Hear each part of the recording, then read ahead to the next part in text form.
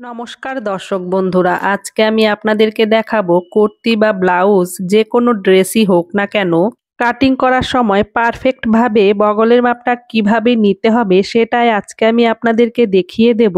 যে কোনো blouse cutting করতে গেলে প্রথমে পিছনের পাটটি কেটে নিতে হয়, সেই জন্য আমি দেখুন এই কাপড়টিকে ঠিক এইভাবে একটা ভাঁজ করে দুটো পাট করে নিয়েছি। পিছনের পাটটা কাটিং করা হয়ে গেলে তারপরে পিছনের পাট অনুসারে সামনের পাট কেটে নেব। এই যে কাপড়টিকে একটি ভাঁজ করে দুটো পাট করে নিয়েছি, এই দিকটা ওপেন সাইড আর আমার এই পাশটা হলো জয়েন্ট সাইড। এইবার আমি প্রথমে এই ব্লাউজের লম্বার মাপটা নিয়ে নেব। এই ব্লাউজের মেন লম্বা হলো 13 ইঞ্চি, আরও এক্সট্রা 1 ইঞ্চি সেলাইয়ের জন্য নিয়ে মোট 14 ইঞ্চিতে এখানে পয়েন্ট দিয়ে দিলাম। এই দিকেও দেখুন 14 ইঞ্চিতে পয়েন্ট দিয়ে এই দাগটা সোজা করে নেব।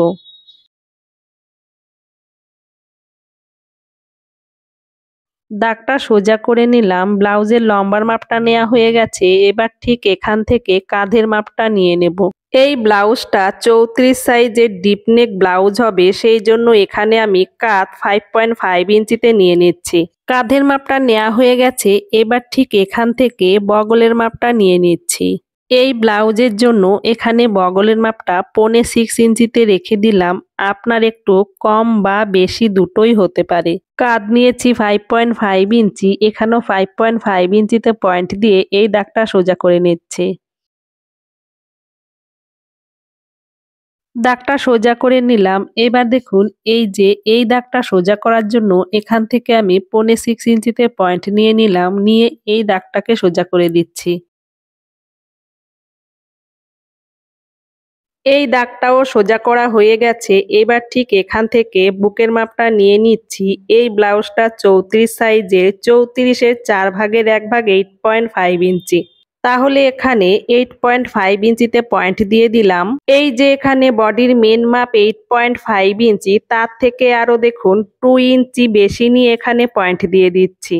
এই যে দেখুন এখান থেকে যে আমি 8.5 ইঞ্চিতে পয়েন্ট দিয়েছি, এটা হলো বডির মেন মাপ। আর এই যে 2 ইঞ্চি বেশি নিয়েছি ব্লাউজের ভিতরের এক্সট্রা কাপড় রাখার জন্য। এইবার বগলের শেপ দিতে হবে, তার জন্য দেখুন এই যে এখান থেকে 1 ইঞ্চিতে একটা পয়েন্ট দিয়ে দিচ্ছি। আর এই যে এখানে যে বডির মেন মাপ আছে, বডির মেন মাপ থেকেও 1 ইঞ্চি ভিতরে একটা পয়েন্ট দিয়ে দিলাম। আর এই যে এখান থেকে এই পয়েন্টের থেকে দেখুন 1.25 ইঞ্চি নিচে একটা পয়েন্ট দিলাম। এই যে পয়েন্টগুলো দিয়েছি, এই পয়েন্টগুলো অনুসারে দেখুন বগলের শেপটা দিয়ে দিচ্ছি। ঠিক এইভাবে একটু নিচের দিকে নামিয়ে বগলের শেপটা দিয়ে দিলাম, তাহলে পিছন পাটের ফিটিংসটা ভালো আসে। এই যে এবার দেখুন এই যে এখান থেকে যে আমি বগলের মাপটা 6.25 ইঞ্চিতে নিয়েছি, আপনার এখানে একটু কম বা বেশি দুটোই হতে পারে। সেটা বগলের মাপ অনুসারে কিভাবে নেবেন আমি এখানে একটু দেখিয়ে দিচ্ছি। বগলের শেপটা দেওয়ার পর এখানে ঠিক আপনি আমার মতন একটু মেপে নেবেন। দেখুন এই যে কাঁধের সাথে যখন পিছনের পাট আর সামনের পাট যখন একসাথে সেলাই হবে, তখন এখান থেকে 1/2 ইঞ্চি মাইনাস হয়ে যাবে। আবার যখন বডির কাপড়ের সাথে হাতাটা জয়েন্ট করা হবে, তখন এখান থেকেও প্রায় 1/2 ইঞ্চি মতন মাইনাস হয়ে যাবে। আমি ঠিক এইভাবে চক দিয়ে পয়েন্ট করে দেখিয়ে দিচ্ছি। দেখুন এই বরাবর করে হাতাটা সেলাই করা হবে। এই যে এই পয়েন্টটা হলো বুকের মেন পয়েন্ট, এই পয়েন্ট পর্যন্ত বগলের শেপটা মাপতে হবে। এই যে চক দিয়ে বগলের শেপ অনুসারে দাগ দিয়েছি, এবার আমি একটু মেপে দেখছি।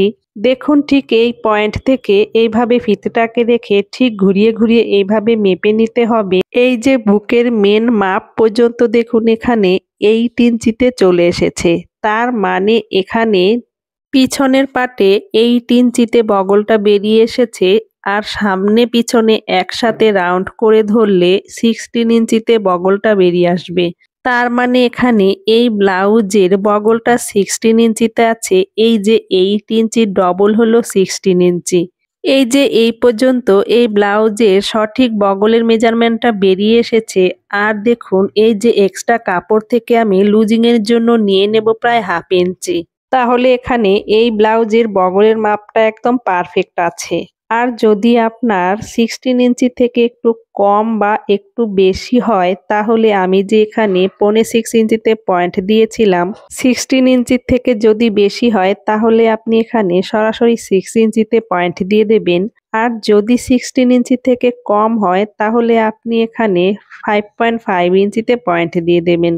তারপরে সেম ভাবে বগলের শেপটা দিয়ে দেবেন, দেখবেন আপনার ব্লাউজের বগল একদম পারফেক্ট হবে। বডি থেকে বগলের মাপটা কিভাবে নিতে হয় বডি মেজারমেন্টের ভিডিওতে পেয়ে যাবেন। এইবার কোমরের মাপটা নিয়ে নেব। বুকের মাপটা যতটুকু আছে তার থেকে হাফ ইঞ্চি কমিয়ে কোমরের মাপটা নিয়ে নিলাম। এই যে কোমরের মাপের জন্য পয়েন্ট দিয়েছি, এই পয়েন্টটাকে দেখুন ঠিক এইভাবে কোনা করে মিলিয়ে দিলাম।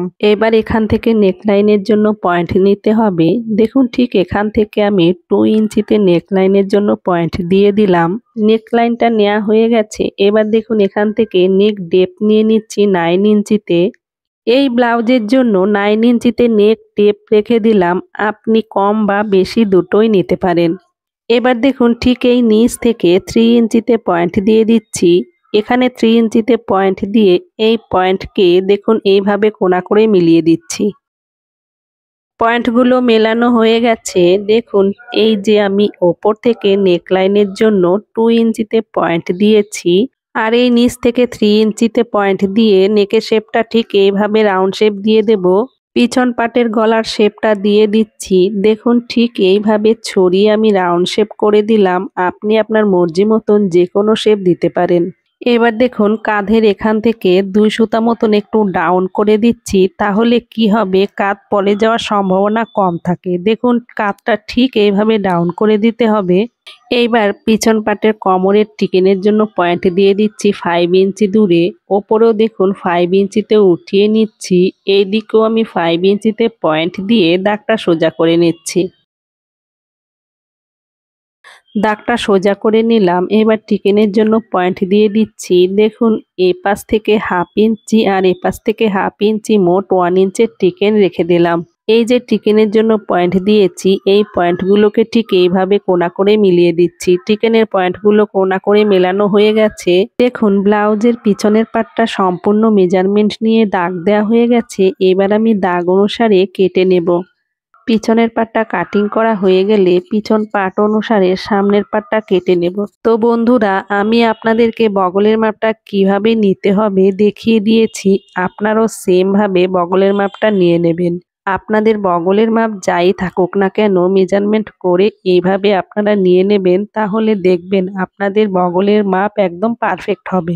বডি থেকে বগলের মাপটা কিভাবে নিতে হয় বডি মেজারমেন্টের ভিডিওতে আপনারা পেয়ে যাবেন।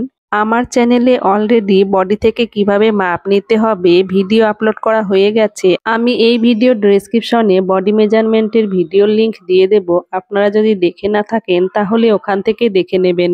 তো দর্শক বন্ধুরা, আজকে আমার এই ভিডিওটি আপনাদের কেমন লেগেছে? যদি ভালো লাগে তাহলে একটা লাইক ও কমেন্ট করে দেবেন। ভিডিওটি দেখার জন্য আপনাদের অসংখ্য ধন্যবাদ।